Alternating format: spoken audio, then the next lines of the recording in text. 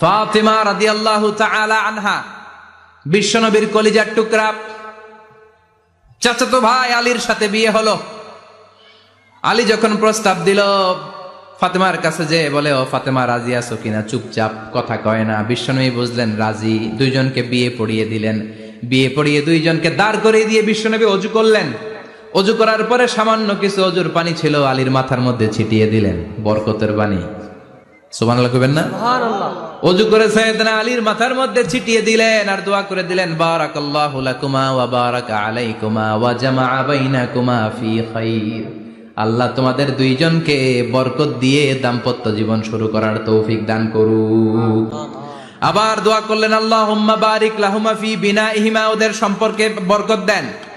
ওয়া নাসালিহিমা শিবলিহিমা, ওদের গর্ভে যে সন্তান আসবে এগুলোর শ্রেষ্ঠ সন্তান বানান। 1 বছরের ব্যবধানে ঘরটাকে আলোকিত করে প্রথম সন্তানের জন্ম হাসান। সুবহানাল্লাহ। হাসান রে বিশ্বনবী এত আদর করেছেন, বিশ্বনবীর কাছ থেকে এত আদর কেউ কোনোদিন পায় নাই। হাসান রে বিশ্বনবী ডাকতেন লুকা। বুখারীর বর্ণনা, শব্দটা কি?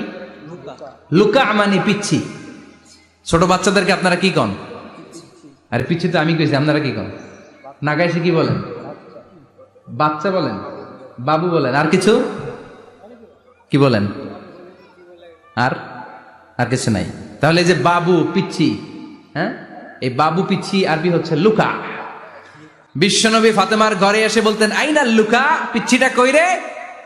আমার হাসান কই, আমার নানা ভাই কই? আর বিশ্বনবীর আওয়াজ শুনলে হাসান এসে বিশ্বনবীর কাঁধে।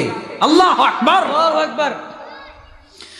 বিশ্বনবী বলতেন, ফাতেমা আমার কলিজার টুকরা, যে ফাতেমারে কষ্ট দেয় সে আমারে কষ্ট দেয়, ফাতেমারে আনন্দ দেয় মানে আমি বিশ্বনবীরে আনন্দ দেয়।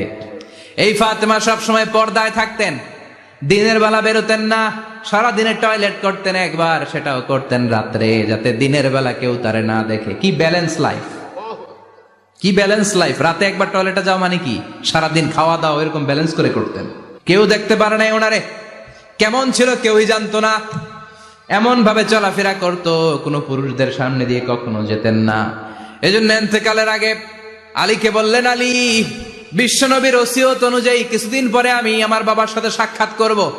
ইন্তেকালের সময় বেশি লোক আমার জানাজাতে আসার দরকার নাই, নিজেরা দোয়া করে দিলে চলবে। আর আমার জানাজার খাটিয়ার উপর দিয়ে বিশাল একটা বোরকা দিয়ে দিও। এটার আরবিতে বলে নাউশ। কি বলে? এই প্রথম কোন নারী তার খাটিয়ার উপরে নাউশ ব্যবহার করেছে, জন্য এটাকে বলে সুন্নাতু ফাতিমা, ফাতেমার সুন্নাত। সাইয়েদাতুনা ফাতেমার আগে কেউ জানাজার খাটিয়াতে নাউশ ব্যবহার করে নাই। আল্লাহু আকবার, আল্লাহু আকবার। আলীকে বলে গেলেন, আলী, অল্প কয়েকজন পুরুষ নিয়ে জানাজা দিও, বেশি মানুষের কাছে আমারে নিও না। দুনিয়ার বুকে আমি লুকিয়ে লুকিয়ে চলতাম, মরার পরে লুকিয়ে লুকিয়ে আল্লাহর কাছে চলে যেতে চাই, পুরুষদের সামনে আমারে নিও না। ও মা, এই ফাতেমার জীবনী থেকে আপনার জন্য শিক্ষা হলো পর্দা। সব সময় পর্দাটা দেহে থাকার দরকার আছে না নাই?